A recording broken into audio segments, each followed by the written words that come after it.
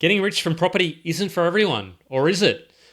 Tonight, we have a cracking session where we have over 4 decades and well over 10,000 property portfolios helped out and created by the two guests we have, Jordan Jong and Scotty Aggett. They unpack the secrets and the truth from getting rich through property, the ins and outs. Should you be chasing the next hotspot, or should you be sticking to the fundamentals and what has worked time and time again? These are the kind of key insights that you need to be considering if you're going to be buying and expanding that property portfolio in 2025 and beyond. Hey everybody, I'm Jeff Miles, and together with Joe Tucker, we've created Australia's largest property Facebook community with over 78,000 property investors. Each week, we interview top property experts, and you get to sit along and be part of that. Buckle up, this is a session you won't want to miss if you want to understand the truth about getting rich through property. With Jordan Jong, Game Plans, and expert property negotiator, Scott Aggett. Let's jump in.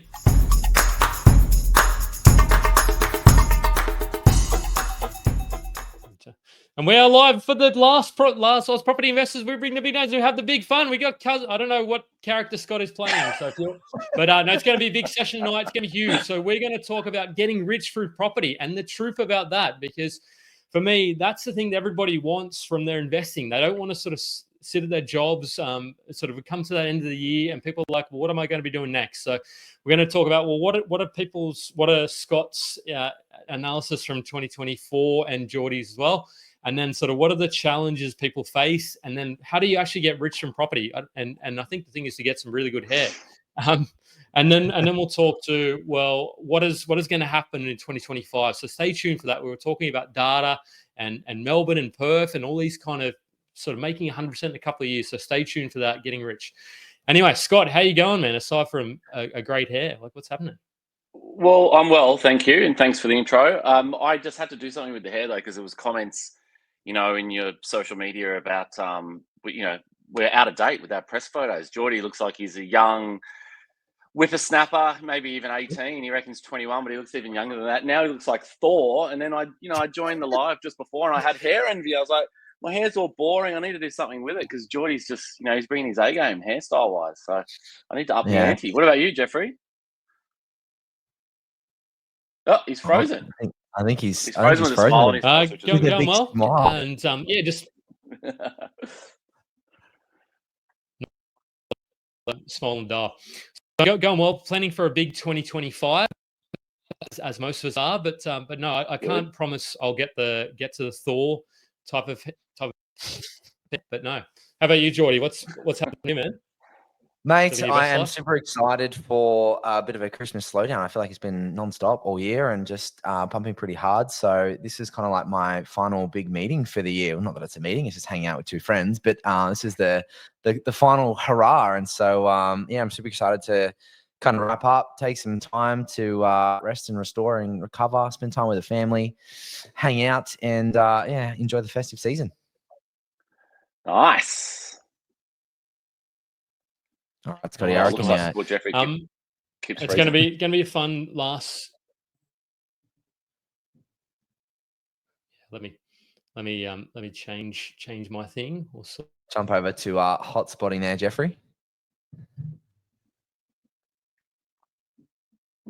What are you doing over the break anyway, Geordie? Are you going to stay local? I think I might sneak in a bit of a camping trip, to be honest. Just nice. Maybe up north somewhere just to hang out and get a few days. But yeah, just staying local. I feel like the last couple of years we've kind of like just had amalgamation because we moved to the Gold Coast. Like everyone just wants to come and visit, and it's amazing. Like we got family all the time here. And last year we had like both sides of the family staying together with us, but then there was like a crossover period. So my dad was here for like 2 weeks before New Year's, and then Renee's family was here like 2 weeks after New Year's, and it was like a whole month of hosting. It was just a lot. We love everyone, but it was a lot. So this year we're kind of like, all right, let's put the handbrake on and just cruise. And we've got people flying in for a couple of days here and there, just to come and say hi and visit. We've got Renee's sister here for Christmas Day, which will be really nice. But yeah, it's more of just a chill one this year. What about you, Scotty? Nice. Mate, we're the same. We've got people flying in from Sydney, coming in from Melbourne. So we're going to have a busy house. In fact, I was going to come and record this at your house today, and I thought, I won't bother you because you'll likely have people here already from Melbourne or Sydney. So, you should have. Yeah, it would have been fun. We could have jumped in the same screen. It would have been fun. got the mic set up and everything. We would have been good. All good, all good. Well, are we going to wait for Jeff to come back, or what's the plan? Oh, mate, I think it's just you and me at this point.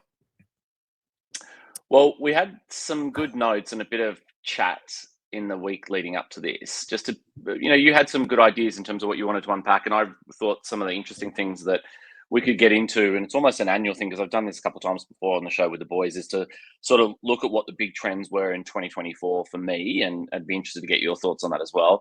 And then looking ahead, because I finished my earnout a month and a half ago. I've been a free agent wandering around, kind of getting a sense of what's happening in the industry, and it's alive, man. There's lots happening. It's been pretty exciting to see what else is out there from a prop tech perspective, what projects, I should spit my words out, people are working on. There's just so much going on, and there's plenty of people doing some really cool things in the property space. So I'm super pumped for what's going to happen for the year ahead.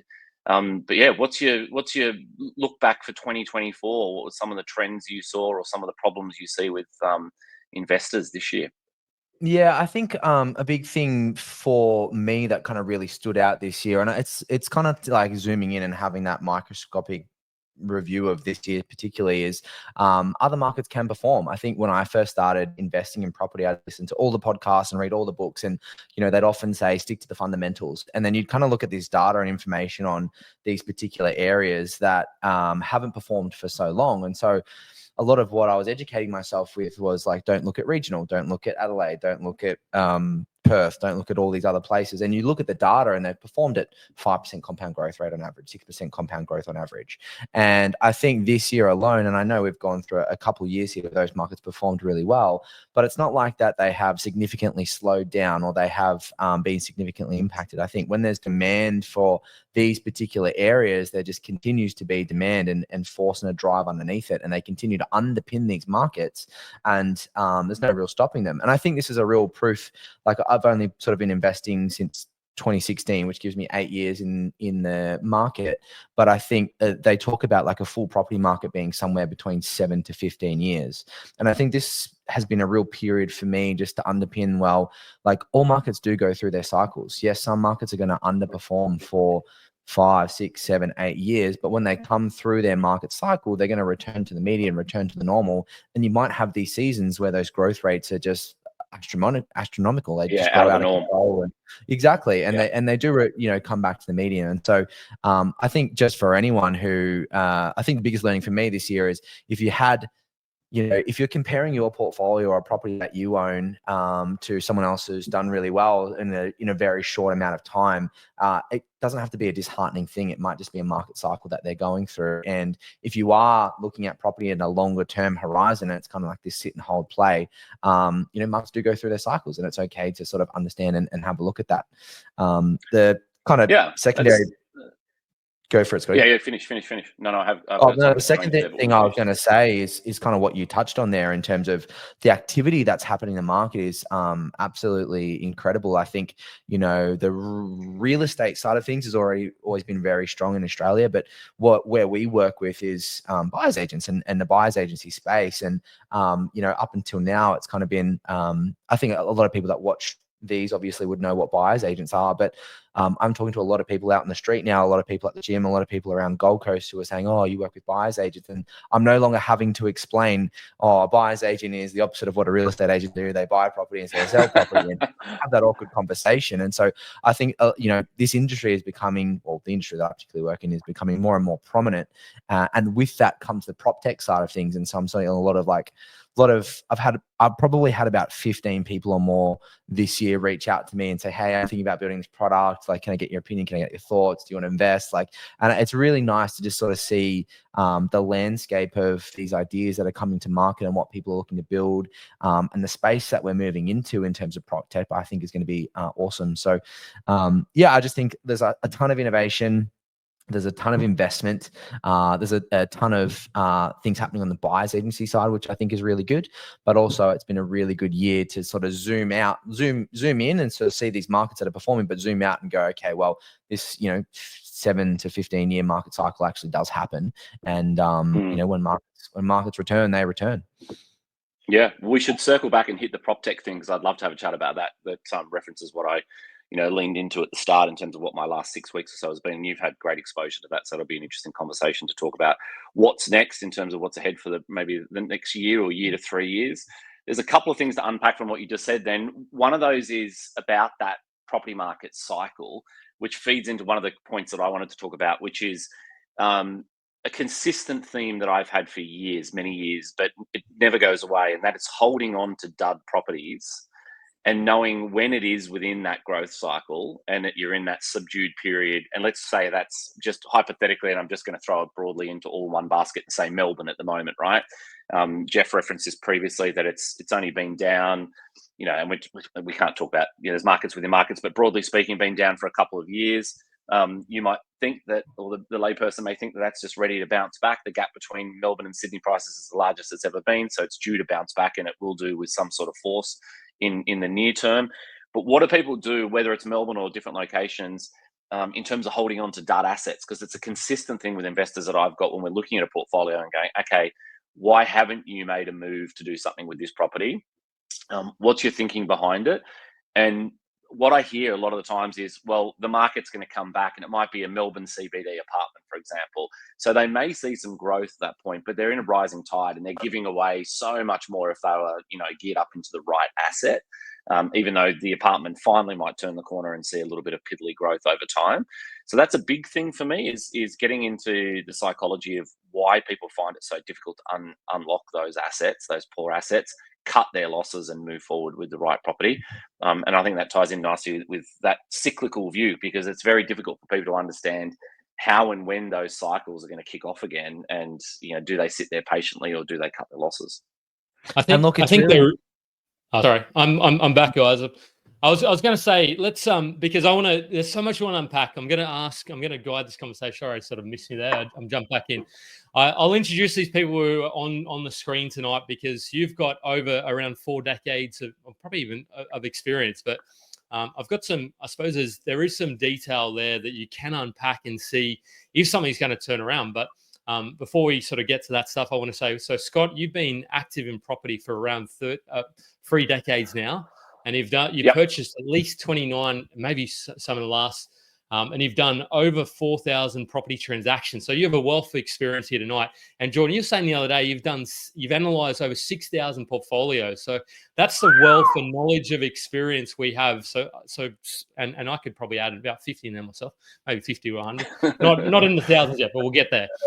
So if you've got questions about getting rich in property from the people who've seen investors over decades see and do what they've, drop those in the comments, because I want to sort of see and hear those. But we'll get to, I want to hear about the underperforming, the duds. I think we've already talked to, what 2024 your thoughts were. Do you want to sort of unpack the challenges facing investors? And then we can sort of circle back to that dud property, Jordan, what you kind of see. Yeah, no, I was just going to touch on the back end of what Scotty was saying. And I think there's some investors out there that, and I was just saying an example before, I was reviewing a portfolio last night who someone started investing in 2019, and they had 5 properties in their portfolio. They've only been doing it for 5 years. Some of their properties had doubled in value in that time, and their worst performing asset was at like a 12% compound growth rate for the last 5 years. And they've bought in all of these regions that have popped off really, really well in the last 5 years. And I think Scotty has a really important point there, is they have this view on their portfolio. No doubt they've been ultimately super successful, but these assets may now go in that counter cycle play where they might stay stagnant for the next 5 years. And there's this sort of fallacy in their mind that they're like, they can be unstoppable with property. They just keep going, keep buying in these markets, and they're going to get these growth rates that they've seen beforehand. And unless they're using that really active strategy of like, okay, well, let's sell all the properties that are growing really well, now get into new markets that are going to pop off, and try and rinse and repeat that process. It's a very risky game to play, because you've got to guarantee that those new markets that you're moving into are actually going to pop off. And so I think a lot of people, as you say, Scotty, get into these properties and they feel like, well, this person's done really well. This property's, might be in an apartment in Melbourne, and it's going to be my time when Melbourne pops off at some point in time. But fundamentally, it is getting covered with that blanket of rising tide lifts all ships. And so you want to maybe, if you do have a dud asset, maybe wait till there is a good market to potentially get out, but make that decision to get out, because ultimately it's the asset or the dwelling that you hold for the long term. And so if you get the ability to get a little bit of growth and get out and cut your losses, I think that's probably the best thing that you can do. I think it's human psychology, though, is no one wants to part with the loss. It's very difficult. And a lot of people financially can't afford to have that loss as well, which ties them into those assets long term. But this is a consistent one. So that's all I was saying, Jeff, is, part of my 2024, I think, is a long term issue there, that people aren't ready to cut their losses and cut the cord. And a lot of that comes down to, a poorly, misreading the market or lack of strategy up front, and buying these properties and being 5, 10, 15, 20 years into an underperforming asset. And then when you see Jordan's view there of someone that's only been buying for 5 years, and the extreme growth they've seen. So there's just, I get to see all sides of that. I'm sure Geordie even sees more of that detail. It's incredibly interesting, that one, but it's a constant one that won't go away, that people aren't reviewing their portfolio often enough with an expert and being brave enough to cut those losses. Or even watching conversations like this and critically evaluating and saying the type of things I like to think about is, well, why did I initially?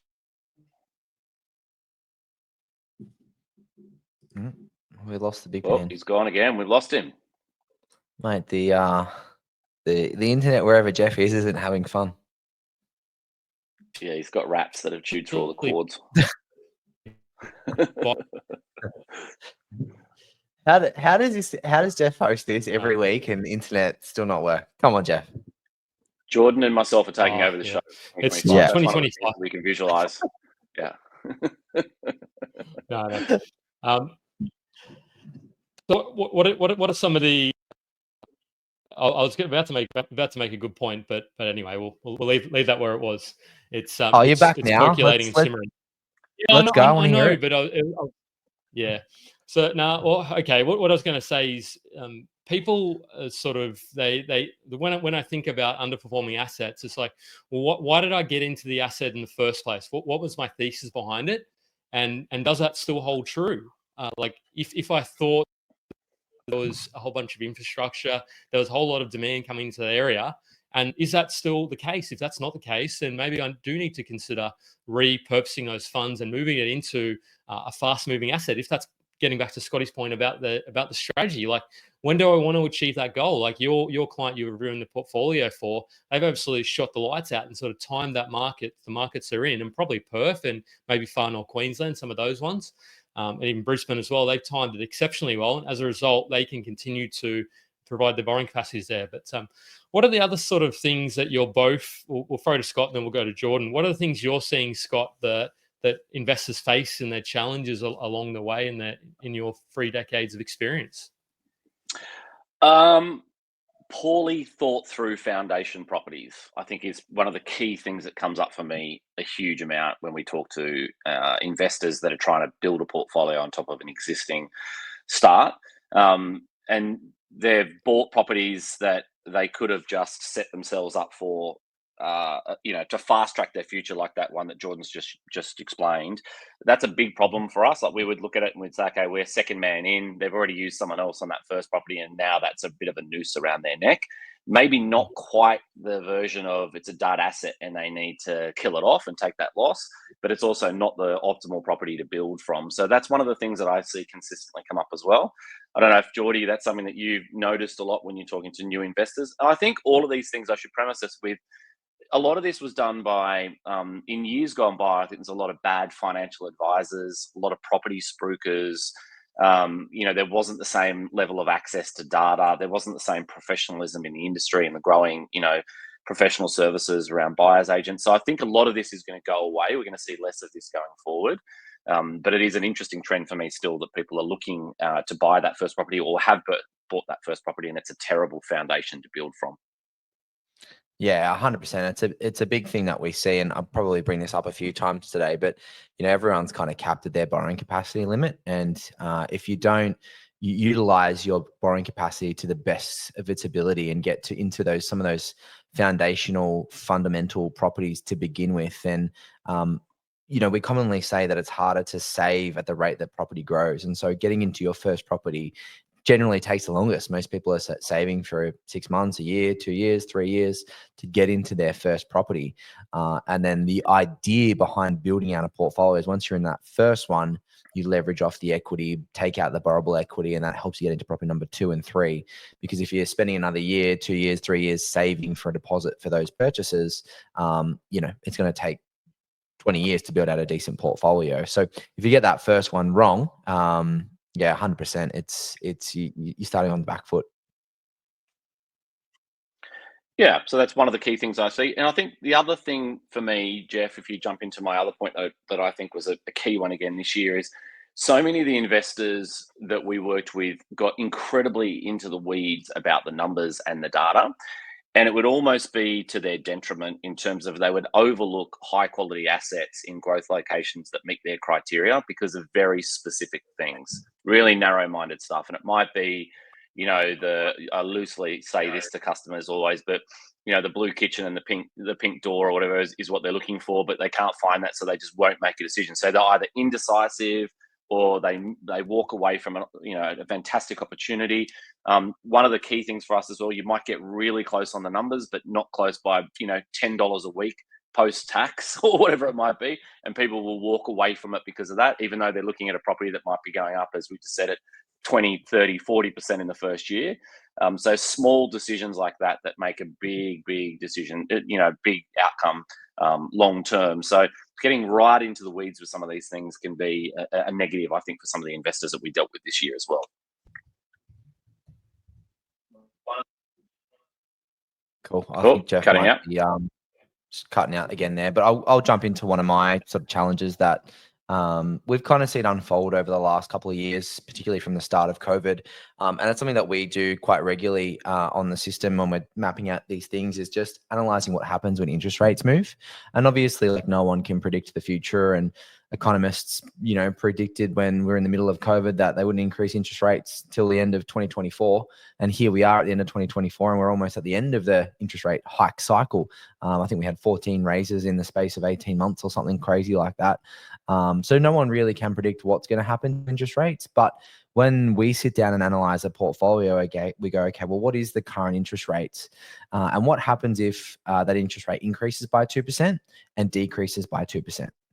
That's not something that a lot of people do. I mean, obviously the banks have a serviceability buffer, and I think at the moment that's roughly about 3% or something like that. So the bank should really cover your end when you look at things. But when you're looking at, like, you're crunching the numbers on like a cash flow on a deal that you're looking at, or looking at the overall cash flow of a portfolio, something that we've really seen unfold over the last 2 years is, there's two ends. There's people who build a portfolio for cash flow specifically, and maybe they have an idea that we want to be at least positive from the get-go.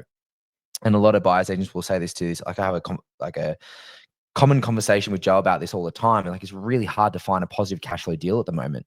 And the same goes for people that have bought existing properties. Unless they want on a fixed interest rate at a really good rate a couple of years ago, they might have been in a positive 10 grand situation per annum when they built up this positive cash flow portfolio.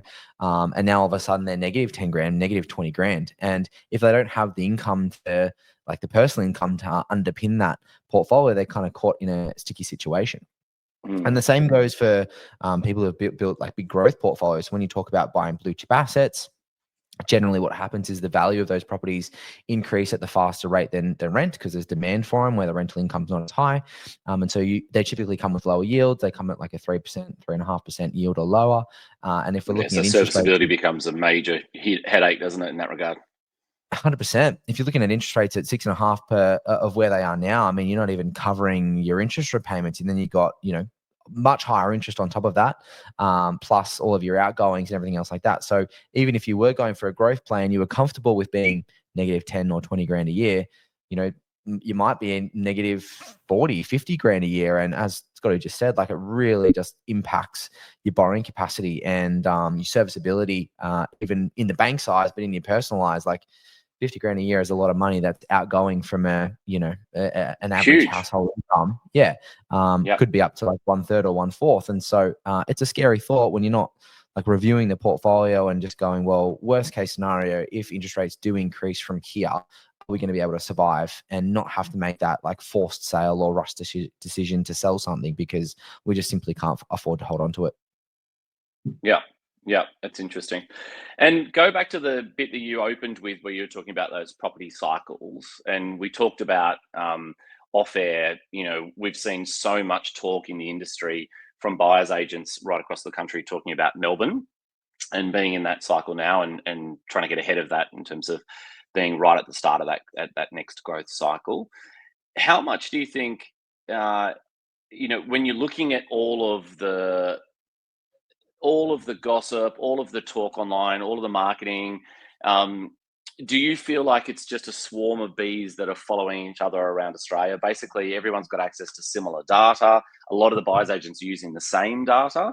Do you think that's going to cause problems? Because this is an interesting trend that I think we're seeing more and more of now as more buyers agents enter the market. It's so hectic buying. If you go back to, late last year, Perth, the year before that, Adelaide, Townsville all this year, Gladstone, those locations, just buying an investment property in those locations as a professional buyer has been really difficult. People are overpaying for these assets. What do you think the trend is going to be with that? Is there a way of getting ahead of the curve with that without taking risks? Is it going to be a case of having to come up with different strategies altogether as to where you buy to circumnavigate that? Is there a way around that, do you think? Yeah, I think first and foremost, I mean, if you want to be a super active sort of investor, it's listening to all the podcasts, it's listening to what people say online. And like, I know a lot of the buyers agents personally, and I know a lot of them give away a lot of the gold up front. I know there's a few of them that were talking about Melbourne, even a year ago or 2 years ago. And if you were listening to their podcast and listening to all that sort of stuff, you kind of see some early signs, some green shoots of some positivity around those markets. But I think with anything, and this is one thing that I'm a big fan of, like I used to listen to everyone and I'd be so conflicted in my own head around, well, this person's saying X, this person's saying Y, this other person saying do none of that, go into crypto, this person's saying go and do everything else. I think there's so much information that's out there. And I think one thing that I wish I had knew a little bit earlier on is it's fine to listen to everyone, but I think eventually you just need to pick one or two people that you really resonate with in terms of a strategy. And if it is that active strategy of trying to get into these markets earlier and trying to get, in before these, as Scotty says, bees of people that are coming through and flowing through into those markets, then stick with those individuals and stick to listening to them and what you want to do. But if you're maybe a longer term planner and you kind of want to have that longer term big picture, and you're happy to have that like kind of sit and hold type of thing. I mean, for me, like looking at markets in terms of a span of 5 years doesn't really fuss me. Like I'm happy to sit in the market for that entire market cycle of 7 to 15 years or multiple decades of market cycles. And so fundamentals for me are really important in terms of like, I want to just make sure this is a fundamental asset that I can hold on to for 30 years, because regardless of what happens to the markets, I know we're going to end up in a good position later on. Where if you're maybe starting out building your portfolio and you want to get into those high growth areas first to kind of leverage into where you are, yes, it's a more riskier play because you're banking on this hypothetical of, well, this market is going to increase rapidly in the next little while and I can bank on that equity and then move into property number 2 or 3. It might have a massive payoff for you and work out really well in your favor, but it is more riskier if you're potentially getting into those markets who don't have stronger fundamentals, long-term, big picture, and might have underperformed considering the rest of the markets all around the country. So I think, look at your approach, look at your mentors, look at who you're listening to and what actually you want to do out of your portfolio first. And then if you are looking at that active investing strategy and trying to get into these markets, I would just be very cautious of you don't necessarily have to be first in. You can kind of go in with the early green shoots and early crowd that's going in.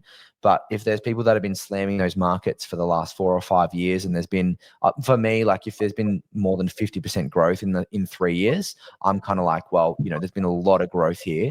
Is it going to continue to grow at that rate?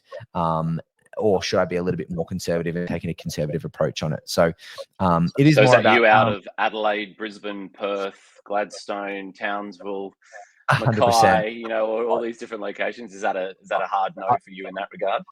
I personally wouldn't be buying in them right now, just because, I mean, like fundamentally long term, if you want to be in those areas, I think it's fine. But if you're looking for that short term growth, those types of markets that have increased at a ridiculous rate might go through a period now of stagnating. Could be completely wrong. I haven't assessed in all the markets in terms of research analytically, but markets do have their cycles. And so when you see lots of that growth, what's got to happen now is owner occupiers in those areas have actually got to catch up to the new prices that are in that area, and the economy's got to sort of level itself out in those areas. And so you could see periods of slowdown. But yeah, for me, I'd probably want to take that counter-cyclical play if I was looking to get that sort of short-term growth. Well, I'm back. I'm back on. Oh, hey, mate. You back? You want to drop in with a question? Otherwise, I was going to lead on. No, I was going to say, stay tuned. And I've fixed up. I'm just hotspotting now, so it should be all good. I'm just going to stay present. I'm not going to try and do too much comedy because I think that wrecks things. But what I stay tuned, because I've got a couple of plays, and I want to hear where you guys. I think I know where Jordan might be investing potentially in 2025 and beyond. But Scotty, I think you've kept. Well, I think you're a bit late on that train as well, and you need a higher risk tolerance. You could wake up in the morning and your account could go to you could be sitting on 100K and you'd be at sort of 30 or 40K. You just never know, so you got to be it's like a mining town on steroids. But getting back onto the track about getting rich in property, what do you think of the? And it is it is a little bit clickbaity, but I want to know what are the sort of, you had that client who has picked up the 5 properties since 2019 in their portfolio. What are the sort of things that have stood, and I'm sure you've seen it with many other clients as well, Scott. So I want to get both your perspectives. What do you see as the things that have catapulted those people to build portfolios at the speed they have? Yeah, do you want me to leave? Well, I mean, there's a million different ways to answer that question, I think, is the honest truth. Like, I've seen so many people win in different ways. A good example of that is we had, I hosted the show, Jeff, with you and with Joey, I think with Clint Harris during the year this year, which was a great session. He bought 9 units in 6 weeks, sight unseen, all in South Queensland, high yielding assets, very low prices. Clint will win. Clint's a great guy as well. Hello, Clint, if you're watching. He'll win. Like, long term, he'll be a winner out of it. He'll hold those properties and do it. Like, someone else might go and buy 2 properties in Brisbane and live next door in Brisbane and win long term. Someone else is going to go buy lots of regional shit boxes and win. There's so many different ways of doing it. So I like what Geordie said before, which is you can wet your beak with lots of different people, get an idea and get an education of what's happening in the market, and hear from lots of different sources about how people have won, what they're doing different. But at the end of the day, you've got to work out what your risk tolerance is. What also lights you up. Yeah. I've had lots of people say to me, I don't want to build a big portfolio. I just want 1 or 2 properties. I'd rather be really close to them. My dad's a tradie, whatever it might be. There's different things that are going to light you up for different reasons. Generally speaking, though, if you're talking about building a portfolio and how I've seen people win really big out of that, I think Jordan's probably better placed with this because he's got bigger exposure to it. But from my clients, it's definitely been a long-term hold and buying quality assets that don't require a lot of capital over the years to put into them. So they're not doing major renovations unless, there's strategies obviously to uplift, and release equity through doing major renovations. But most people that I've seen done well have bought property in solid locations that have grown well. They haven't had to dump a lot of cash into them over the years. They've always been leased. There's high demand for them every time they want to sell, whether it's a down market, flat market, or an up market. And that's a pretty boring strategy. And for some people, it's too boring, like me. But it's been, an absolute, winner for the vast majority of my clients that have done that over the 30 years that I've been tracking it. I don't know if that answers it with anything juicy. Yeah. What do you see in that? No. I think yes, absolutely. They say that if you're property investing, if you want of an airplane, don't try and do it with property investing, because you try and sort of time the Gladstone or the Karratha or your sort of Moranbah, you might run into, sure, you could double your money in a couple of years and then some, and you might get the rental yields, but you also might sort of blow yourself up and move out of the game. So what are your thoughts seeing over 6,000 portfolios, Jordan? What do you kind of see the more successful? I think the answer is just to take it, sort of take a bit of the hype out of it and just let time. I'll reinforce what Scotty said, but I'll just say it in a different way, is just to avoid the shiny object syndrome. So, I've seen Yeah.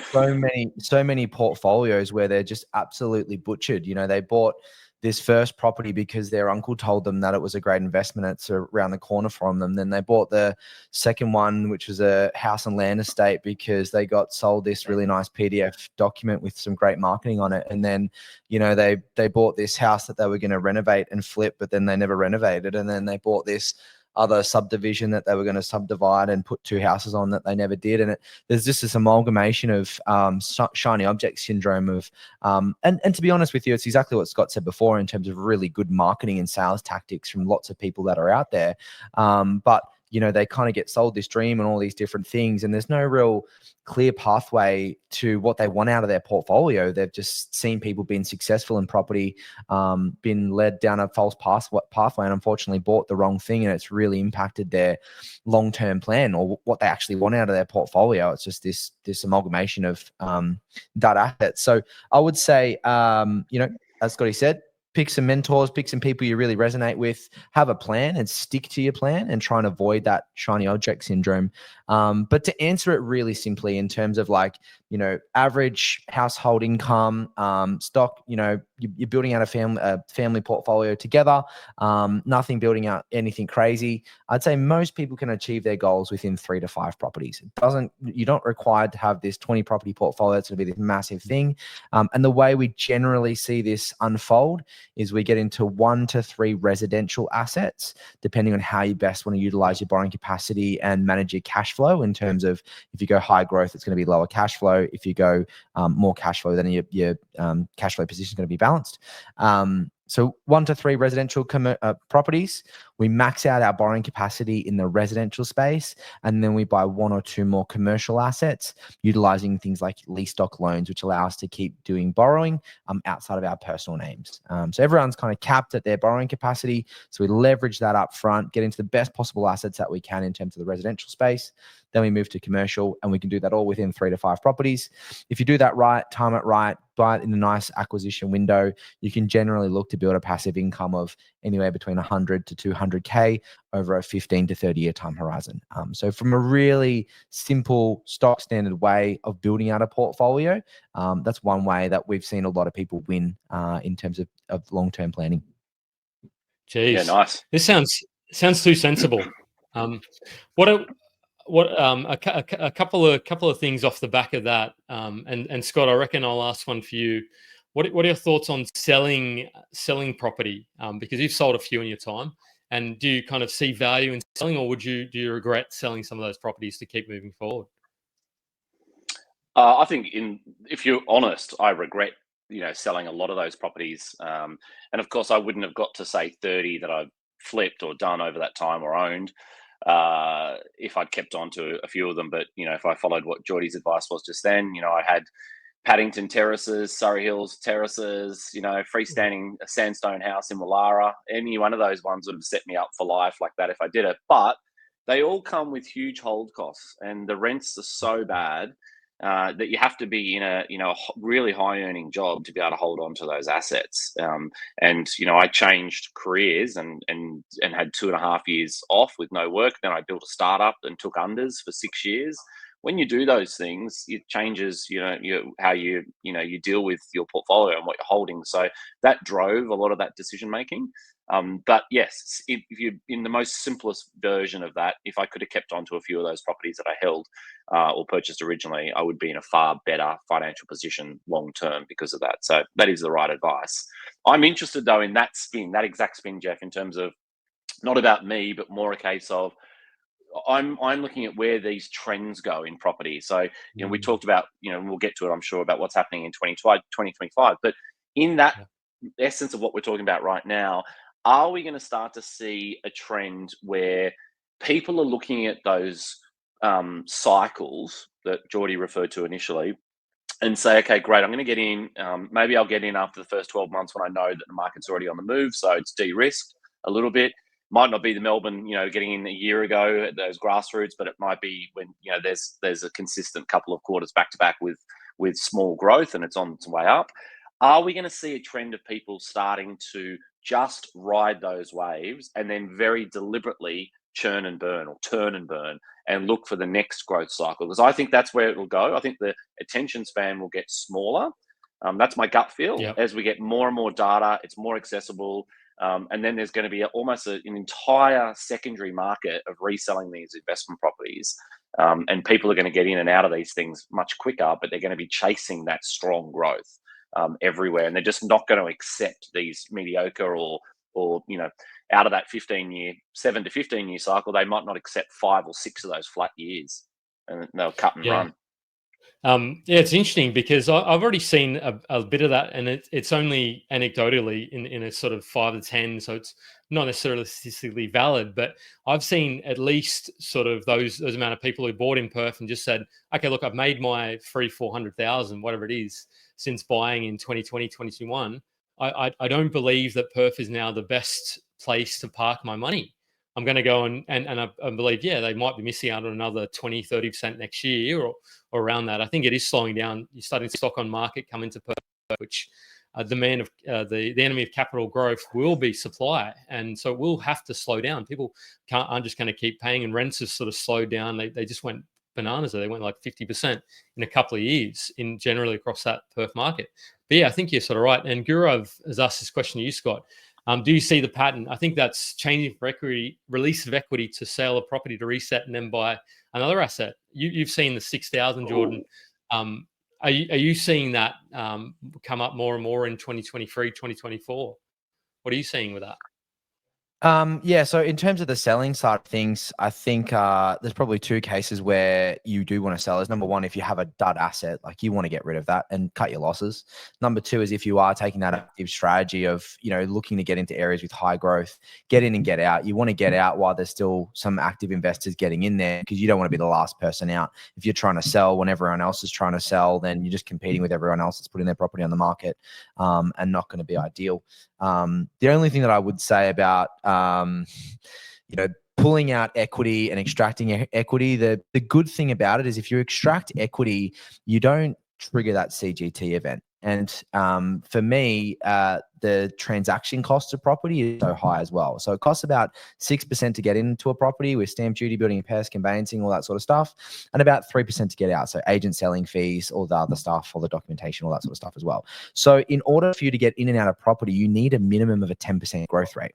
Now, yes, if you got in at 2019 and you've had that 50% or doubling of your property's value over that period of time, 10% is not too much to pay given the growth that you've had. If you've doubled from 500 to a million, let's say, for example, like it's not too bad to trade in and trade out, capture that growth, and then recycle that into another property. But if you get it right, hey, like if you time it right, if you don't time it right and you give up on, as Jeff said, the last 20 or 30% in Perth, and you sit in Melbourne for 3 years with nothing, then you've just wiped away all of that good plan.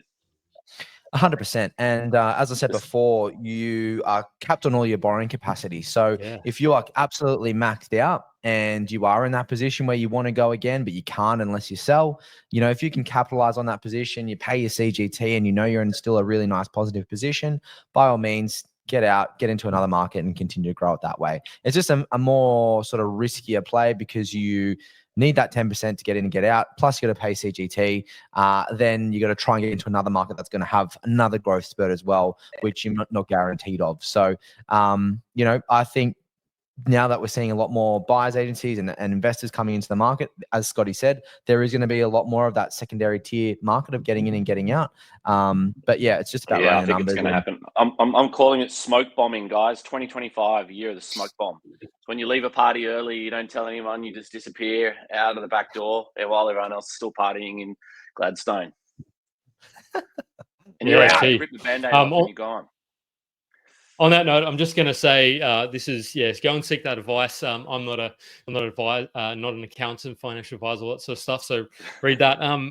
Jordan, and there was so many notes you sent along. So I feel like I'd love to speak to every single point you. I'm sure you thought about that. But are you? It's great. It's really, really great. I wanted to know though, because you mentioned a key issue was borrowing capacity. What are you guys? Because we did a session last week about unlimited borrowing capacity. Was it fact or fiction? But we've seen this. We started to see more and more people talk about trusts and that helping the borrowing capacity equation. Are you sort of seeing that in your worlds as well? And is that sort of an option rather than sort of selling and crystal? And you may still have to sell to get into the trust. But what are you guys seeing on the trust front and people using those? Well, from a general like personal borrowing capacity side of things, if you take a general household income of 190 grand, most people can only borrow up to around 1.2 million. And so from like a personal standpoint, you want to utilize that 1.2 million as best as you can. For most people, that's 2 to 3 properties and then they're capped out and they're like, what do we do? And that's where I got stuck. I got stuck on that number of properties, like 2 or 3 properties. Like, how do I get into more? And so I went down that rabbit hole of, do we get into trusts and all that sort of stuff? And unfortunately, we don't live in the time of Steve McKnight, where he got, I don't know, 230 properties in 3.5 years or whatever it might be, and was able to, set up these trusts, go to a different bank, get another loan, set it all up, extract the equity, move to another trust, do all that sort of stuff. We live in a day and age of open banking now. We do have to disclose everything to everyone. And so, you are exposed in a different light than we were beforehand. But, if we are looking to potentially invest in a company or trust, obviously talk to an accountant about the best way to set that up. But where we have seen work it really well is where we have some lower LVRs. So if you have a large deposit, if you're using like a 30, 40% deposit, and the bank can, assess that trust individually and go, look, well, there's a lot of cash in the deal. The cash flow position on the deal more than services itself with a 3% buffer and everything else on top. And they can assess that individually. It's definitely a way to continue investing outside of your personal journey. It just does require that big sort of cash injection and a really good cash flow deal in the banks to order to see it sort of in that light. So it is one way to continue investing, but I don't think people can see it as like, okay, well, I'm just going to keep setting up new trusts and new companies, and I'm going to have this unlimited borrowing capacity with a typical 20% deposit on a residential deal that's negative 20 grand a year cash flow. I haven't been able to see people build out a portfolio that way, reviewing the 6,000. But Jeff, how was the discussion? What was the outcome of the discussion last week? Well, the discussion was you have to build a great team. Like you can't simply just say, oh, you're going to go down to your local CBA or ANZ or any of those kind of lenders and expect that somebody's going to be able to help you that sort of 5 to 10 property portfolio. So that was kind of the end of the discussion, and it's probably like I know that there are ways you can do it, but it's just then if like your Morgan Bushells, your Aaron Wybrows, your Aaron Chrissy Davids, these kind of brokers that have helped those investors build those 5 to 10 plus property portfolios. But I think a point that you both mentioned was about the income side of things and increasing that. Is that something you've seen that's been somewhat of a silver bullet for people in their investing?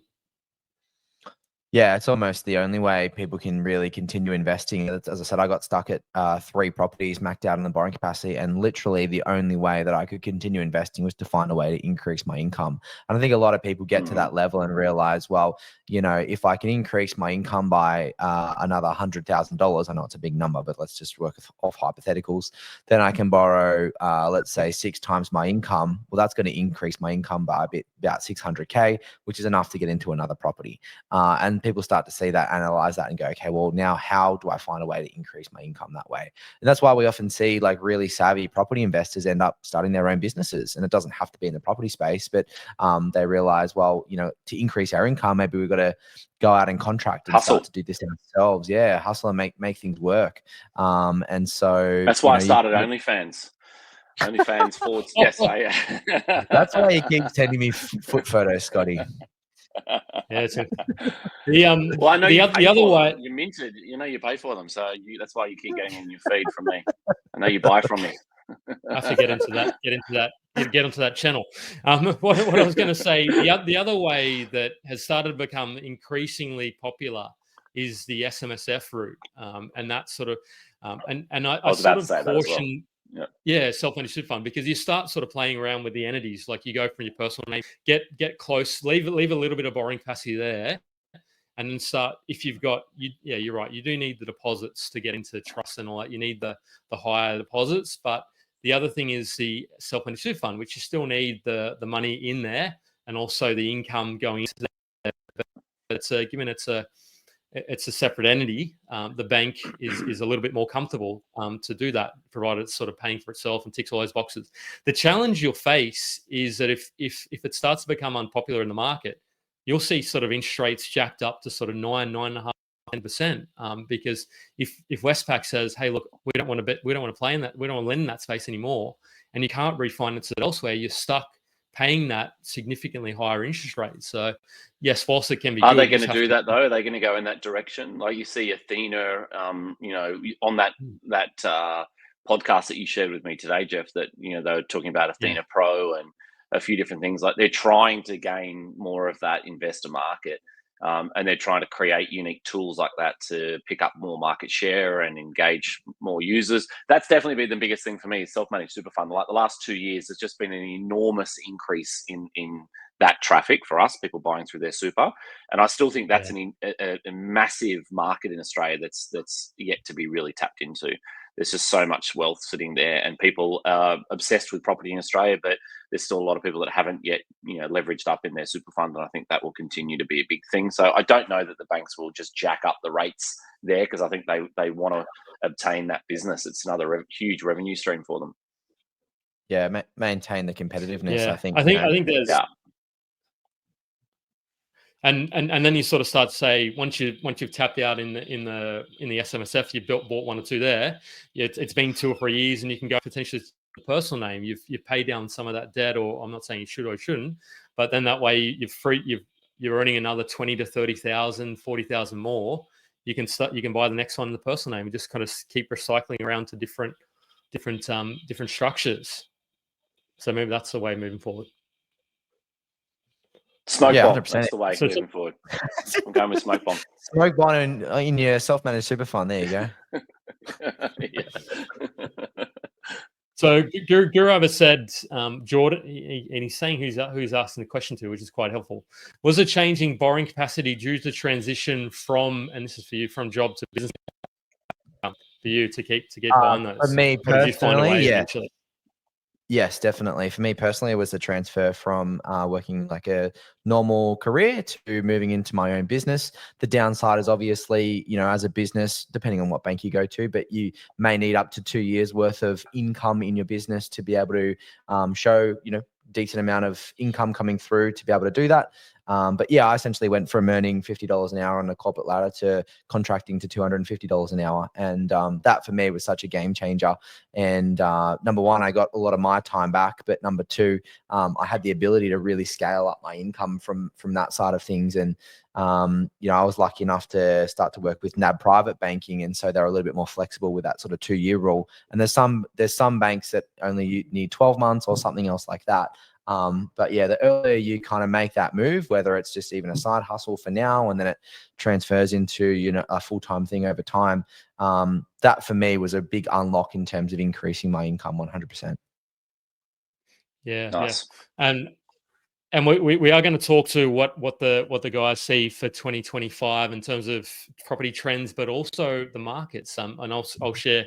I was thinking about this because I love kind of talking markets. But Scott, before we go there, what do you sort of see as the top three or the key things that are stopping or holding people on that 2 to 3 property barrier that most people struggle with? Is it income, or is it patience? Or what do you think it is? I think it's income. I think that's the biggest driver for it that Geordie just hit at just there. I think it's income. People don't have the capacity to increase their salary. They don't have the drive to increase their salary with side hustles and those things. So they're naturally capped at those positions. And I think there's also, I've spoken to, this is probably counterproductive to what most people think, or counterintuitive to most people think, but I've spoken to quite a lot of investors that have bought lots of property that wish they had better quality assets and fewer of them. So there's quite a fair few people that we've spoken to that are actually not looking to buy lots and lots of property, but they're looking to buy better quality properties. And if they're able to do that in a reasonably quick time frame, then they're very happy to sit long term and hold those as well. doesn't quite answer your question, but there's some interesting things like that coming out of talking to lots of wealthy people that have built portfolios over the years and had big portfolios as well. No, I There's a tend lot of to work think that that goes into it, right? Like we talked, I used Clint before. There's tons of work that goes into managing these things. Potentially, you know, I'd hate to see how much paperwork's involved in Sammy Gordon's portfolio in terms of managing something like that. he says he I'd love to be in the outsources it. position. Yeah. Good problem to I have. tend to agree. You just kind of, you high level. I tend to agree because you sort of start to, if the problem is, you can buy those 2 to 3, maybe sort of 4 to 500K properties these days. But if there's maintenance required on them, if you need to repair a roof or a hot water system, any of those things like that, and even if you're earning sort of 3 to 4K gross off that, you start to sort of say, okay, now this property that's yielding 7 or 8% is no longer anywhere near as attractive, and maybe you might not get that capital growth in that area going forward. So are you better off sort of increasing the budget a little bit and taking out some of the stress and increasing a better more predictability? Yeah, exactly. Okay, gents. Well, lots less headache. Let's throw to Polizzi's ads. He's still on board, young Steve, and then we'll talk to what we're sort of seeing in 2025, because that's, I think, what everybody. Where is everybody kind of buying? Drop us your comments, and we'll get and throw your questions as well. We'll be straight back, people. The amazing thing with commercial property investing is that in most cases it's cash flow positive from day one, which means that you can drive those profits towards paying down the debt. There are instances with commercial property investing where you can actually have the property pay itself off over 10 years, which is absolutely crazy. With commercial property, you get massive net yield, so you can expect anywhere between 6 to 10%. And as we've seen in the current boom, these properties not only provide large cash flow, they do certainly grow wildly in value too. Now, with big rewards comes some risk, and this is why you should de-risk your investment as much as possible. And the way you do that is with expert due diligence. And this is why we highly recommend people hire professionals to help you along in your investing journey. Steve Polizzi of Polizzi Property is one such expert. Being a chartered mechanical and structural engineer in a past life, Steve draws on his analytical and mathematical skills to do that expert due diligence for you. With 6 years experience in the space, Steve has over 1,200 property transactions under his belt. He's the guy you want in your corner, crunching the numbers and finding the best properties in the best locations, along with ensuring that you avoid the mistakes. Steve has actually even written the book on commercial property investing in Australia, and not only is it a bestseller, I believe it to be the most comprehensive in commercial property investing on the market today. He's been generous enough to give us a massive discount for our audience of 50%. So use the code OZPROP, click the link below, get a copy today, and start learning and getting on your commercial property investing journey.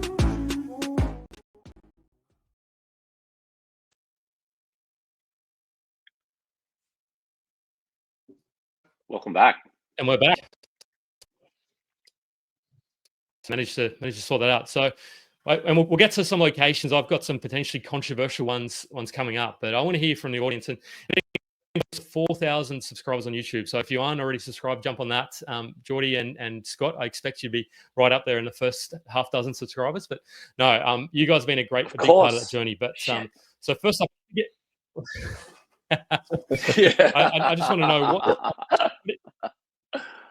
what are you guys sort of seeing in terms of trends of like we've sort of already unpacked a couple of those. Is like people are going to start selling a little bit more, chasing that sort of next market. But aside from that, what are you sort of seeing, Jordan, on your end in terms of what's in store for 2025 in terms of interest rates and what? Yeah, I don't think interest rates are like due to come down anytime like early in 2025, but it's definitely something that I will be watching, because typically what we see when interest rates start to come down is people have more serviceability, they have more access to cash, they can get more lending, and obviously with more lending, people can spend a little bit more on property. And so when people have got an extra 100K and 200K that they can spend on property, well, they've got a little bit more to negotiate with as they're purchasing assets. And generally what we see is like the dad purchasing for the daughter or something like that, and they kind of want to be nice and proud and, you know, be the winner. And so they're okay spending an extra 50 grand or something like that on a property. And so when people have more money to spend, we see the value of prices increase along with that. So I'd be watching interest rates pretty closely. I don't think there's going to be like a massive dramatic drop, but when we do start to see drop, we're going to have more consumer confidence come back into the market and people feel a little bit more solid about getting in it. We're going to have people assess cash flow deals and review them individually and see that their cash flow position is going to be a little bit more. Plus, they're going to have a bit more capacity to continue to buy assets. So I think when interest rates do come down, not saying that it will be in 2025, but it's just something that I'd be watching closely. I think there will be a pretty decent rise in asset values alongside that. And I The guess banks are saying May timeframe, aren't they, to do that? So how long do you think it takes for the market for that to settle into the market to give the consumer confidence? Is it pretty quick that sentiment changes and as soon as there's an instant bounce back where people start spending? Yeah, as soon as there's like a common theme, I would say, in the news where there's multiple banks releasing statements around that sort of stuff, the consumer confidence definitely comes back into play and people start to spend a little bit more. But yeah, there's a kind of a 3-stage process. There's that early release, consumer confidence increases, then the drops actually start to happen and people get more reassured and more confident, and then they actually open up their serviceability and can generally spend a little bit more. So it is like a bit of a rollout period, but you can see it in the media when like at the moment the media is still like really negative, like all the headlines are quite negative and all that sort of stuff. But as soon as things start to get positive again, it does go pretty crazy. The other thing, just given Jeff's dropped off, I will share my screen and hopefully everyone can kind of see that. Scotty, this is the crypto bit you were going to talk about before, isn't it? You need to start pumping crypto while Jeff's offline. Actually, I think Jeff has to approve of sharing my screen. I was actually just going to share the 18-year economic cycle. So when Jeff comes back on, hopefully he can enable it. But yeah, if you're interested, go check out the 18-year economic cycle. Essentially, at a very high level, there's kind of like 2 7-year periods of really, really high growth. In the middle of those 2 7 years, you've got like a little bit of a crash. And then there's essentially 4 years at the end of the cycle, which is like a massive, massive crash. And we're kind of in the middle of the peak of those, the last crash that we had, which was kind of like during COVID, or before COVID, I should say. Then we had a little bit of a correction, and we're kind of like on this really smooth increase or curve of the continual growth. And we're kind of heading to that major peak. And then we should see a massive crash at the end of all that. So for me, I think it's just really about we're comfortable. Everyone's okay. There's not going to be like a massive crash or anything else like that. It's just kind of smooth journey in terms of climbing on the normal cycle that we're going through. And so we should probably see a steady or growing market in next year, unless there's some dramatic thing that comes out, inflation increases again and interest rates increase or something like that. I think we should be pretty smooth and steady next year. But yeah, Scotty, what are you kind of seeing for next year? Well, mine's different. I mean, you're right in your wheelhouse there in terms of talking about that stuff. And my probably passion and excitement levels is more focused on the trends of where the tech is going. So I'd love to pick your brain. In fact, I might go grab a coffee with you or lunch in the next couple of days and get into the weeds about what you've seen and some interesting ideas that have been floated around from different entrepreneurs and stuff in that space. That stuff really excites me in terms of where the market's going. So the whole thing of, the smoke bomb is an interesting trend that I want to, get into the weeds with and see where that goes, what that leads to, what impact that has, both on the sales side of things and on the buyer's agent side of things. The self-managed super fund's been a really interesting wave to be on for the last couple of years, to watch the sheer growth of that. That's something that you can just visibly see within the business that I had day to day. So that was exciting to see that and be kind of at the forefront, just like lots of other buyers agents and yourself would be in terms of riding that wave. Next year, I think what you're going to see is a lot more of what I pioneered 6 years ago with Hello House. I think you're going to see a massive change with done with you services. So we've already seen an enormous wave of buyers agents come through as a full service proposition. That's going to continue. I don't see that changing at all. There seems to be a lot of energy behind the scenes from lots of big players, including lenders and major prop tech businesses, that they think the uptake's going to be somewhere around 20 to 25% of the Australian market is going to use a paid property service in some way, shape, or form. I'm really excited about that and where that goes, what that means, and I think a big portion of that is going to be the done with you aspect of it. So that's probably the big thing I'm going to call now is what we were doing at Hello House. I think you're going to see is going to become more and more the daily norm for people that are actively involved in their own property search, but are going to outsource it to professionals who can help with strategy, who can help with due diligence and analysis, and can help with negotiation, because they're the three key things that are going to move the needle when you're buying a property. So that's one of the things. I think that encapsulates the bigger percentage of people that are going to use paid services. How they're going to use paid services, I think there'll be an increase across those two things that I said: the full service buyer's agent, the done for you. But I think there'll be a shift towards people going further than that as well, and lenders capturing more of the market. I think that might be through some digital tools. It might be through agent outreach. It might be through digital AVMs and digital due diligence. And I think that's going to really change the way that Australians deal with a buyer's agent. I think buyer's agents at the moment, if you can advertise to acquire a customer, you basically got a business, because you can backfill the analysis, due diligence, the asset selection, and the negotiation.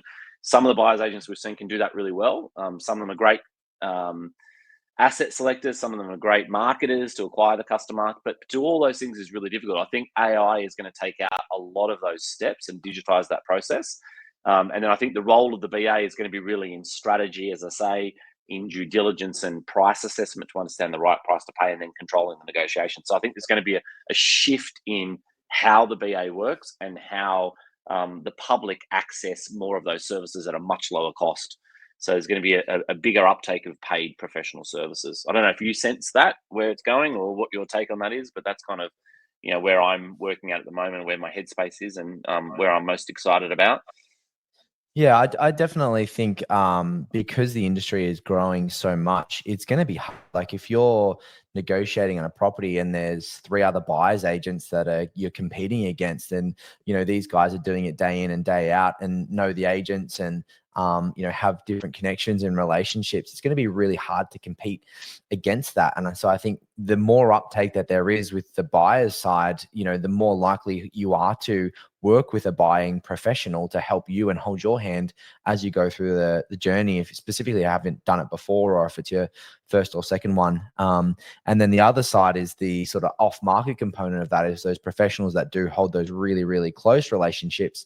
A lot of them do have buyers that are ready to go and ready to purchase. And so, if an agent's got a listing that's not hitting the market yet and it matches a client brief of one of their clients, then it's easy to marry that up and not take it to market if they can guarantee and get a good deal. And so again, it kind of reinforces that element of having to work with a professional who may hold those relationships, that might get access to other off-market deals for you. But I think, as you were saying, Scotty, like if there's a lot of tech that comes in from that side of things and opens up those floodgates to be able to review off-market properties, do the research, do the negotiation piece, really, tech can solve a lot of those problems for you. And you probably still want someone to represent you, but it's going to be interesting to see sort of the tech that comes out and what part of that process does get automated or replaced and makes the journey a whole lot easier.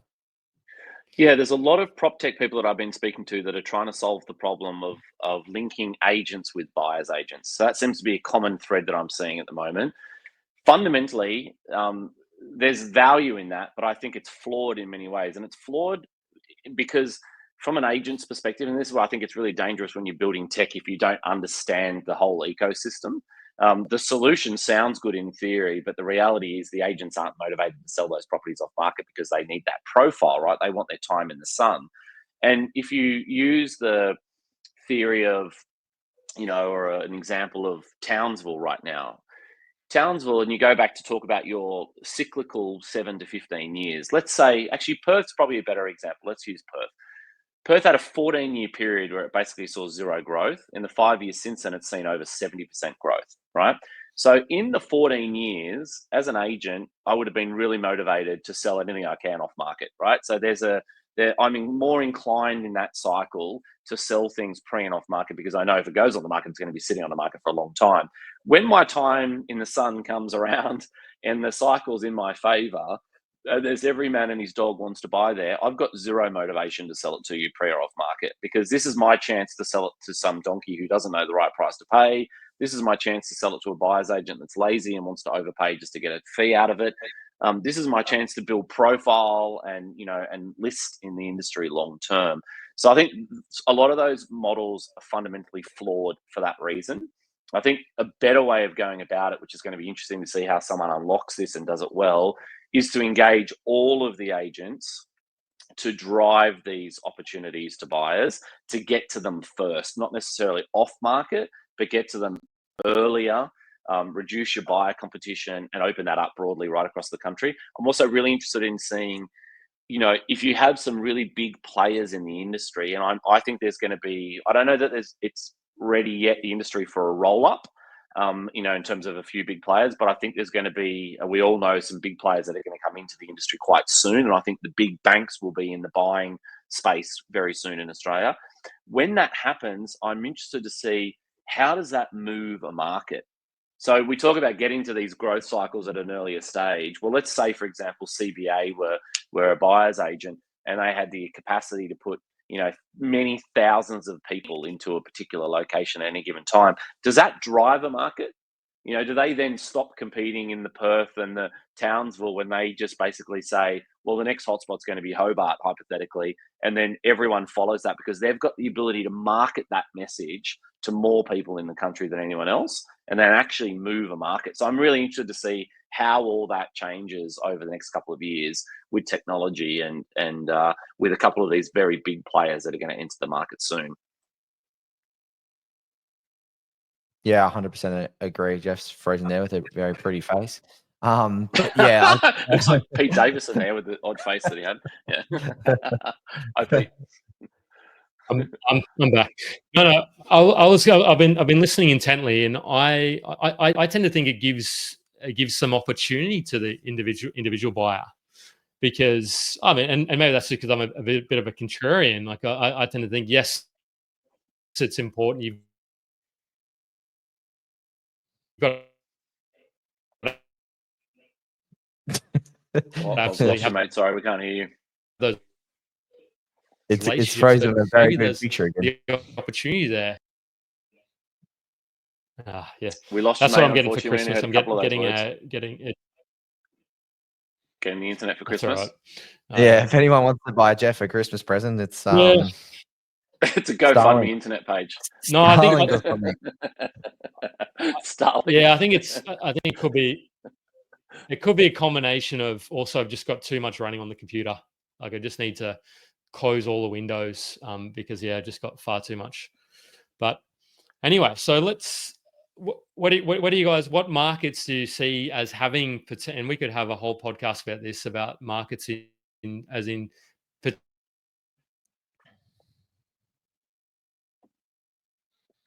Yeah, look, I'm no sort of expert researcher, and I'm just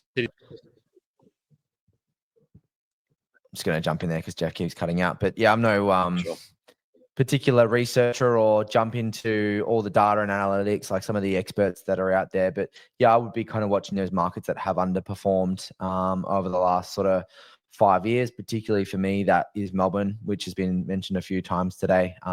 I hear a lot of talk on the ground and get to talk to a lot of buyers agents, and there's a fair few that are looking into the Melbourne markets.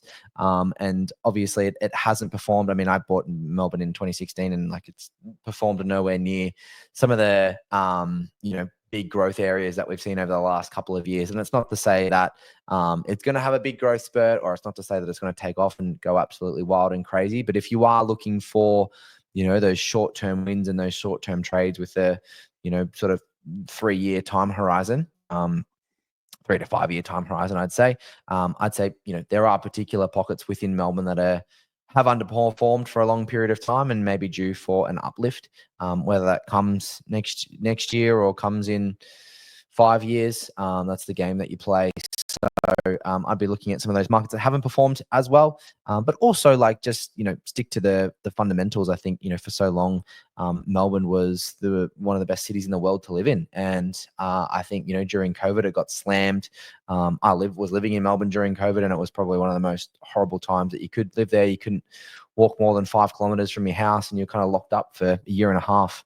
It's partially the reason we moved to the Gold Coast, but I think it got slammed for so long, but fundamentally those drivers still remain the same. It's still a very high cafe region with good coffees. It's still got very nice restaurants. It's still a very good central work hub. And I think it's very livable. And, it's all nice and well that we can work from home these days, but I think there will be a call to return to at least going into the office occasionally now, because you do want to have people around you. You do want to have those water cooler conversations. And I think businesses are starting to realize how important it is just to catch up face to face. And so I think as more of those normalities and fundamentals of our day-to-day life come back into play, it's not like Melbourne's just dropped off the face of the sun. It still has those fundamentals and, should continue to grow on the trajectory that it has for the last 30 years.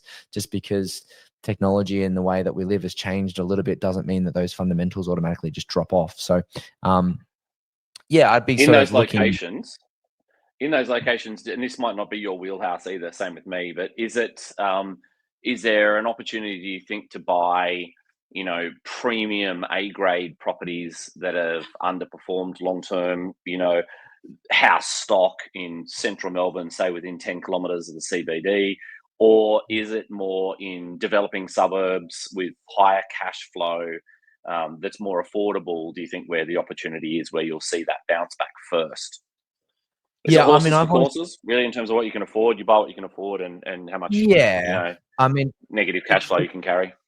It's getting to the best possible asset that you can. So if you can get into those really nice areas closer to the CBD in a nice house and big 4-bedroom and stick to that owner occupier appeal, they're always the assets that have performed well over time. But if you only have a certain budget, I'm a big fan of always looking for sort of bridesmaid suburbs, which means you do have those regional areas that have performed really well and have those good growth prospects, and then there might be these surrounding areas that haven't performed as well. And what we see is, as people get priced out of these areas, as that flow on, as Scotty just said, this kind of ripple to the next suburbs, because people still want to be close to that area. Might be because of a school, might be because of work, might be because it's on the same train line or something like that. But you see this ripple effect into the surrounding suburbs. And so I've always been a big fan of getting into those bridesmaid areas nice and early. And I like it when you told me a couple of years ago, you gave me a quick heads up to say that your ripple suburb was Toorak. So you'd been buying up big houses in Toorak on 900 square meters or bigger, just as pocket change, which I thought was so clever. You're ahead of the curve. I only kept that between you and me, Scotty. So you've only just sold about sort of thousands of investors. So that's okay. Nobody, just pretend we have to edit out that bit. But no, I'm not surprised you're sort of mentioning.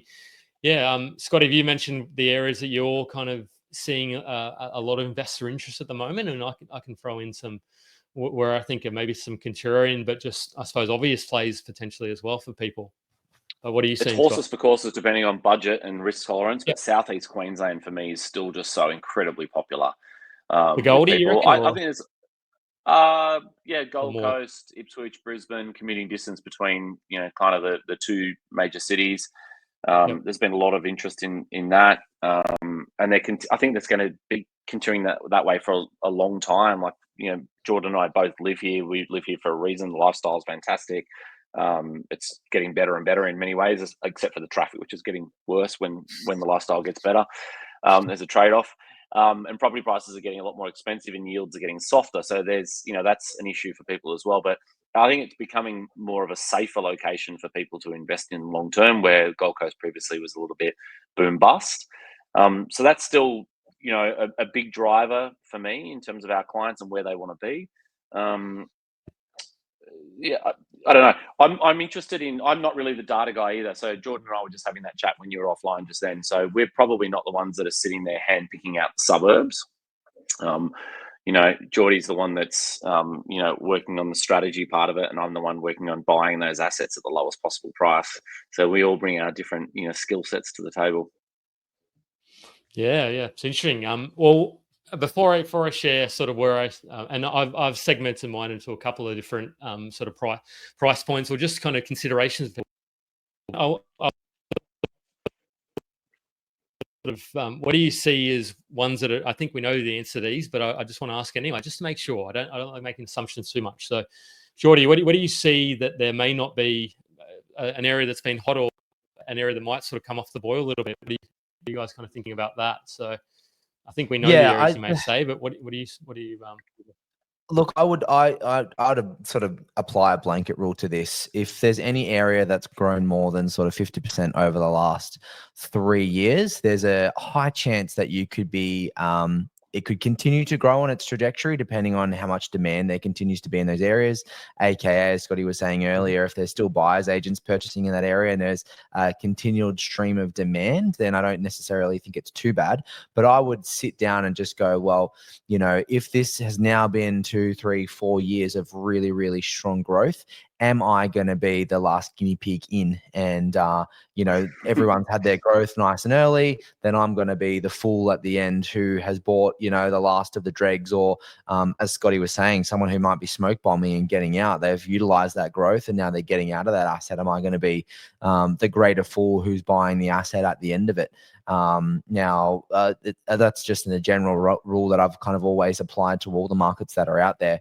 But yeah, I would just be wary of areas that have had lots and lots of growth over the last little while.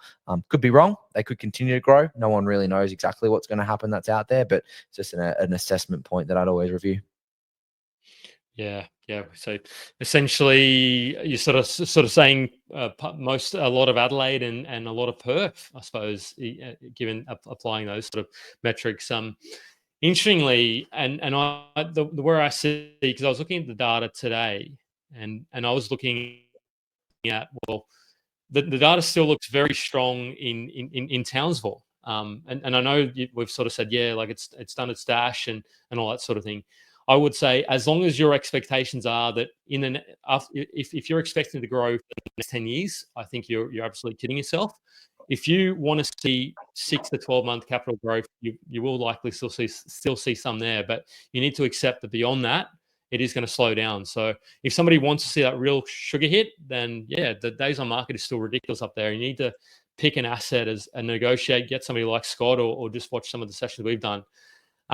I like your Melbourne play, and I think the Oz property portfolio has a number of assets already in Melbourne. So just mindful of land tax. So if I didn't already own a good number of assets down there, to me, between that 5 to 700K out sort of Frankston way, Werribee, you've got to be a bit patchy. Even down Geelong, there is some value in those spots. A lot of people are talking up Melton West as well, which I'm not completely sold on that area, but a lot of people are buying there. So there'd be the areas I would sort of and have been looking myself. The other smoky, and I don't know if you guys, we did a live on Darwin a couple of weeks ago. Now, Darwin, that to me is an extremely kind of, this is not your first time investor. I don't feel that you should be looking up that way. This is, if you're more advanced and more comfortable, higher risk tolerance, and you're comfortable taking on a project to renovate. I've had several conversations with people up that way, and there is potential to buy assets that need a bit of love. And if you want to just, there are areas that are on 400 to 500 square meters that are probably overpriced. But yeah, I think there is some potential there if you're willing to roll your sleeves up and accept that if you can buy really well. But I know there's some buyers agents already starting to, and even some channels starting to talk Darwin. So have you guys ever considered Darwin? Probably not, but No, I haven't personally. But that doesn't mean it's not the right thing for the individual. I think the biggest thing for me that I'm wary of with social media is everyone's looking for a marketing edge, and everyone is looking for the next best hotspot. And there's a lot of people that are very short term in their thinking in terms of making money off people for their own self-interest. So you've got to be very cautious of all this hotspot locations and the next best thing, and chasing that. We've spoken about, is that going to be a trend? I think it will be in terms of people turning and burning in locations when their growth cycle is up, but also getting into these other new cycles just because it's the new black. I'd also be incredibly cautious of it as well. in the reverse of that is I've had so many people in the last 12 months and probably the last 6 months especially saying, you know, apartments in Melbourne are going to come back. And I'm like, okay, why? You know, like, why is that? You know, and it's almost like there's a mentality with some people like, well, it's been down so long, it's going to turn the corner and bounce back. I'm like, but that's just counter, you know, Too much supply. that makes no, well, it makes no sense because all I have is clients all day that ring me that didn't buy through us years ago and are trying to use our agent selection service to offload dud properties that they can't sell. And, you know, I've got one today, unfortunately. They've had 2 agents try to sell it and they were trying to sell it for the 3rd time in a year. They've spent about $15,000 in marketing, styling, you know, having the property vacant, and they still can't sell it because there's just no demand for these things. So no matter how cheap these things are, no matter how long the cycle's been that they've been down, and no matter how good the yield is, I think you've got to be really cautious about certain types of assets as well. Yeah, definitely. So not for the faint hearted, some of my suggestions there. So just be mindful. And I 100% agree, Scott. The somebody's asked a great question, and we've done many sessions with Scott. So jump on our YouTube, Naraz. But he's asked, what is your? I don't know if you can do this in one technique, but what's your best negotiating techniques, Mahela? It is not. Yeah. Can you sum that down into 5 minutes? Best Scott? negotiation techniques. Oh my God, that's a big question. Well, I think it is you need to have a really powerful first call to the agent. And in that call, you're fact finding, but you're also baiting the agent to establish the lowest price that they'll take, how much buyer competition you've got, and potentially anchoring to another property. So the first call is crucial in terms of setting up your negotiation strategy. So that would be the thing that I start with every negotiation. That's crucial as a foundation. The other big thing I think that people overlook in negotiation is they'll focus on the negatives of a property to try to gain what they perceive as an upper hand. I go the other way and I talk nonstop about the positives of a property and why we want to buy the property. And why we're really keen to get a deal done here and be super positive, because I think that just goes so much further with building rapport, and rapport goes a long way in everything in life. You can build rapport quickly with agents and get on their side rather than putting their nose out of joint to start with. They get told properties suck all the time and all the negatives of a property. So if you can turn that around and say, actually, I love that property. Sure, it's got a couple of faults, blah, blah, blah, but it really fits with the criteria of what we're looking for. The trick is then to turn the conversation, from budget to value, and then get into the weeds and get into the negotiation there. So I would say to you, to not answer your question in one go, it's hard. Go back and listen to some of the negotiation sessions we did here that Jeff always tags me with, because we've spent hours of, over the last 3 to 4 years unpacking all this stuff, and there's heaps more to it if you want to get the most out of it. But that first call and then being really positive and building rapport will go a long way. Yeah, I mean, I think Scott, you've got me been doing it for more than 3 or 4 years, so 3 decades. But no, I 100% agree, because my mindset around buying and just having those conversations with agents. Oh, we've lost him. Start talking about crypto you again, might be Jordy. really close to your chest. I'm back. So that's a So Jordy, 2025, your top tip for somebody looking to sort of start or get a portfolio? I mean, I'd say the best thing is number one, figure out what you actually want out of your portfolio. Do you want growth? Do you want cash flow? Do you want neutral? When do you want to retire? Really write down and see what your long-term goals and aspirations are. Once you've got a bit of a plan or a bit of an agenda in terms of what you want, work with an expert that you feel comfortable with, that you resonate with, that you match their strategy with, and build a team around you: mortgage broker, accountant, property buyer. Have a really good team around you to help understand and build out the portfolio for you, because I went it at my own and got stuck at a certain level, and these guys are doing it day in and day out. And build portfolios. So go and work with someone who can help build it up for you from that side of things. If it is you want to get into a market that's going to grow, I would look at areas that haven't necessarily performed over the last little while. Maybe catch wind of some of these other areas that some experts are saying they're looking to buy into. For me, that would just be Melbourne, because I've heard a lot of on the ground people are talking about it, a lot of data and all that sort of stuff. Starting to see some green shoots. But yeah, I mean, I'm not on the ground doing the negotiation. I'm not in the data, looking at all the data and information. So work with a professional who is. Nice. I think that's another good face from Jeff there. Yeah. And always the one for me is buy when the time suits you, when you can afford it, when you're comfortable in your decision making, and buy the right property that fits the criteria that you're comfortable with. Because I hear from so many investors about they're rushing because they've seen other people build a portfolio, or they're into a particular location because they've read something about it. I think step back from that, buy the right property that's right for you when the timing suits you to do it, and do that within your capacity so that you don't get forced into have to selling an asset later. When Geordie said earlier that you get stuck when rates go up, they might go up 2% and you can't afford to hold that property and the whole thing goes kaput. So yeah, it's about buying within your means. And that's one of the big things I've learned over the 30 years I've done this as well. I've seen lots of people buy lots of properties and then end up having to sell really good assets because they bought outside of their means. Yeah, 100%. That's really sensible and sums up. Yeah, really sensible and sums up, I suppose, the truth about getting rich in property. There's probably not too many shortcuts, and if it's a very clear and obvious shortcut, you might be missing something. Yeah, Definitely. it's easy to see all the Lamborghinis yeah, boys, and big wins in property, but you also, if the tide changes quickly on you, and potentially your business goes south, or you run out of your secure long-term job, and you're highly exposed or highly leveraged like that it can get pretty ugly. Well, it will get ugly really quickly if you've got assets that aren't washing its face. So you just got to buy within your means and be sensible. Build it in the right time. Yeah.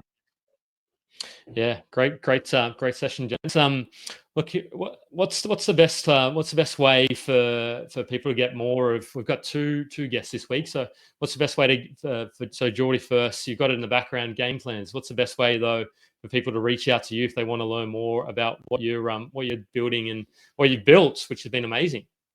Yeah, I'm pretty active on Instagram. So maybe just add me on Instagram. It's /Jordo de Jong, say JORDODEJONG. Add me there, shoot me a message. We can have a bit of a chat if you have any questions or anything else like that. Or shoot me an email at jordan@gameplans.com.au. Geez, there you nice. go. Well done, Geordie, for a great 2024 and hopefully a fantastic 2025 as well. And Scotty, too, what's the best, Mr. Expert Negotiator? I learned OnlyFans / Scotty Aggett. Feed only. Yeah. There's more. If you go deeper, there's more than feet. Let's be honest. Oh, it's going downhill quickly. No. Yeah. Well, thanks for being great supporters of the show, and Greg's already said here we go. Awesome, guys. Well, I think Jeff just keeps cutting out this entire session. I'm pretty sure me and Scotty could have just stayed on here, but I think he's trying to wrap it up. So, all right, Geordie, good to see you. Merry Christmas. You too, guys. Merry Christmas, everybody. Awesome Thank you for a great 2024. Look forward to answering your questions and being involved in 2025 if you have been. Thanks, Jeff. Thanks for hosting. See you in 2025 where the internet will be better. Some Wi-Fi. No, I think someone buy Jeff a Starlink for Christmas, will you? No, I'll sort it out. See you guys. Have a good break, everyone. Safe and happy and productive. And we'll see you in 2025. Bye, team. See you guys. Merry Christmas.